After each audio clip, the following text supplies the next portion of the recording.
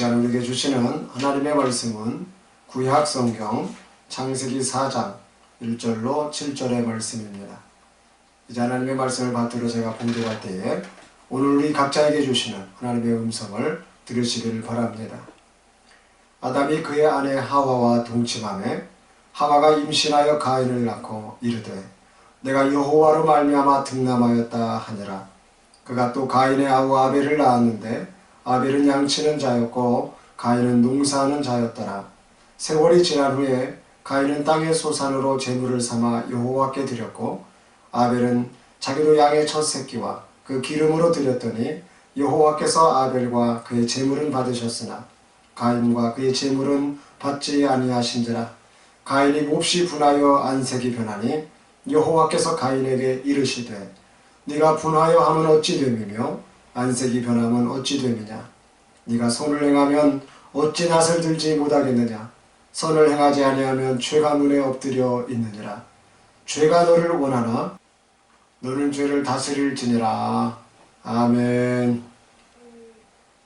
오늘 말씀은 창세기 1장 26절로 31절의 말씀을 먼저 보아야 합니다. 그래야 이 말씀이 제대로 해석이 되어요.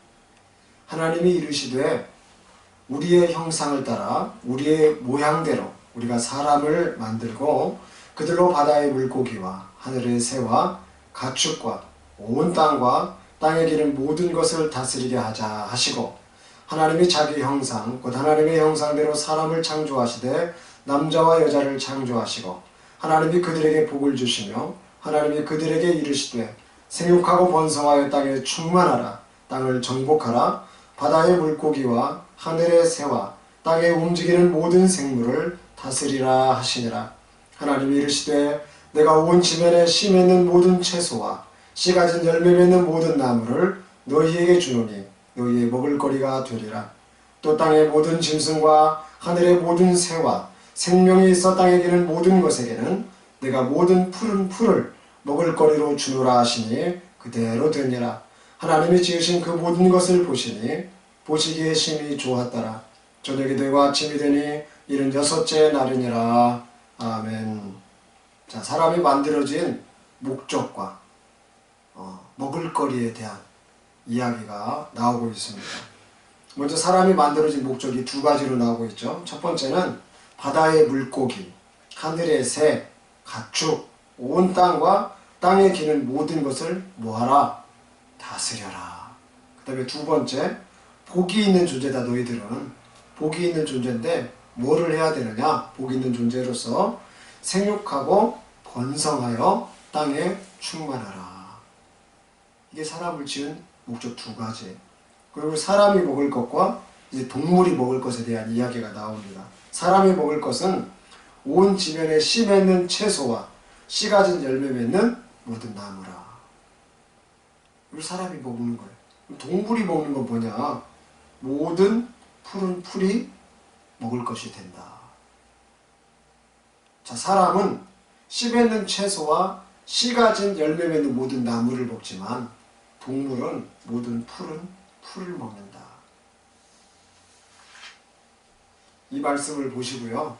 오늘 말씀을 보아야만이 이해가 선명해집니다. 아담이 그의 아내 하와와 동침하게 된 이유가 뭐냐? 바로 복이 있는 존재로서의 사명 때문입니다. 생육하고 번성하고 땅에 충만하여져서 바다의 물고기와 하늘의 새와 가축과 온 땅과 땅에 기는 모든 것을 다스리기 위함이었습니다. 이것이 또한 하나님이 원하시는 사랑의 모습이라고 할 수 있습니다. 오늘을 살아가는 우리가요, 특히 젊은 남녀 세대들이 이 부분에서 아주 밝히 알아야 될 아주 중요한 사항이 있습니다. 성경의 뜻에 비추어 보아서 일반적으로 남자와 남자, 여자와 여자 간의 그 사랑이 잘못된 사랑이라고 하는 이유는 바로 생육하고 번성하고 땅에 충만해지는 이러한 복된 존재로서의 그 가치를 상실하기 때문입니다. 가치의 상실을 가져오기 때문이라 이 말이에요. 아담과 하와의 그 동침의 결과가 하와가 이제 임신해서 가인을 낳게 되죠. 그러면서 하는 고백이 중요합니다. 하와가 뭐라고 말하고 있어요? 내가 여호와로 말미암아 등남하였다. 선악과 사건을 통해서 비록 돌이킬 수 없는 죄를 짓기는 하였지만은 하와가 임신의 고통과 그 출산의 아픔의 과정을 겪으면서도 내가 여호와로 말미암아 등남하였다라고 하는 고백은 하와의 믿음을 엿볼 수가 있는 대목입니다. 그리고 이어서 하와가 또 가인의 아우 아벨을 낳습니다. 여기까지 살펴보면 선악과 사건 이후에 아담과 하와의 이 가정에 별 문제 없이 잘 지내는 듯 보여집니다. 그러나 바로 이어지는 말씀에서 보면 상황이 이제 급변하고 있음을 알 수 있습니다. 4장 2절을 다시 보시면요. 그가 또 가인의 아우 아벨을 낳았는데 아벨은 양치는 자였고 가인은 농사하는 자였더라. 낳았는데 하면서 지금 상황이 바뀌는 어떤 문제가 일어나게 됨을 암시를 주고 있다는 거죠. 가인이 먼저 나와야 됩니다. 자, 가인을 낳았고 그 다음 아벨을 낳았다. 가인은 어떻게 살았고 아벨은 어떻게 살았다. 이게 나와야 되는데요. 반대가 됐다는 거예요. 아벨이 먼저 소개가 되어지고 있습니다. 어떻게 해요? 아벨은 양치는 자였고 가인은 농사하는 자였더라. 바뀌었어요. 바뀌었죠. 원래 가인이 농사하는 자였고 아벨은 양치는 자였다로 하든지 아니면 가인이 양치는 자였고 아벨은 농사하는 자였다 이렇게 해야 맞죠. 하나님 말씀은 아무것도 아닌 것 같아 보여도요. 제대로 살펴보면 그 흐름과 그 방향성과 그 하나님의 뜻을 살펴볼 수가 있는데 이 말씀이 그렇다는 거예요. 창세기 1장 26절을 다시 보실까요? 우리가 사람을 만들고 그들로 바다의 물고기와 하늘의 새와 가축과 온 땅과 땅에 비는 모든 것을 다스리게 하자 하시고. 자, 하나님께 사람을 만드신 목적이었어요. 이런 가축들 다스리는 거예요. 성경의 말씀은 하나님의 뜻대로 살아가는 아벨을 가인보다 지금 앞서서 기술해 놓고 있다는 사실입니다. 누가 하나님의 뜻대로 살아가고 있느냐? 이것이 바로 성경의 기준, 말씀의 기준이 되는 사람임을 보여주고 있다라고 하는 것입니다. 계속해서 말씀을 보시기에 앞서서 사람들이 저에게 질문을 많이 했던 내용을 말씀을 드릴까 합니다. 목사님, 아담과 하와가요 가인과 아벨밖에 낳지 않았잖아요. 근데 성경을 계속해서 보면 이외에 많은 사람들이 어디서 생겼습니까? 갑자기 사람들이 어디서 나왔나요? 근데 사실 이 문제는요 의외로 간단한 질문입니다. 4장 3절에 보면 그 이유를 설명해 주고 있어요. 세월이 지난 후에. 이 말씀은 아담과 하와가 살고 있는 시간이 많은 시간이 흘렀다는 것을 함축적으로 보여주고 있는 말씀입니다. 세월이 지나는 동안 아담과 하와는 가인과 아벨뿐만이 아니라 많은 자녀를 낳았다는 것을 유추해 볼 수 있는 대목의 말씀입니다. 자, 다시 말씀을 보겠습니다. 세월이 지난 후에. 자, 가인과 아벨뿐만이 아니라 지금 아담과 하와로부터 난 자녀들이 그러니까 많이 있을 거란 말이에요. 그런데 세월이 지난 후에 하나님께서는 두 종류의 사람을 보여주고 싶어라 했습니다. 하나님께서 받으시는 재물과 받지 않으시는 재물의 두 종류의 사람을 보여주고자 하셨습니다. 결론부터 말씀드리면 하나님의 뜻대로 사는 아벨의 재물은 받으셨습니다. 그러나 하나님의 뜻대로 살지 않던 가인의 재물은 받지 않으셨습니다. 이제 좀 더 구체적으로 살펴보겠습니다. 창세기 4장 3절로 4절의 말씀을 보겠습니다.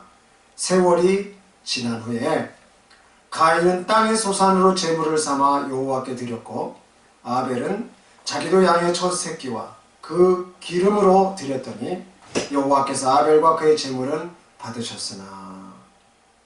사람의 입장에서 보면 가인도 여호와께 드렸고 아벨도 여호와께 드렸습니다. 별반 차이가 없어 보여요. 그렇죠? 농사하는 분도 드렸고 축산업을 하는 분도 드렸으니까 다 똑같이 보여집니다. 이 사람의 입장이에요. 그런데 하나님의 입장, 하나님의 시각을 우리는 살펴보아야 됩니다. 사람의 입장이 중요한 것이 아니라 하나님의 입장이 더 중요한 것입니다.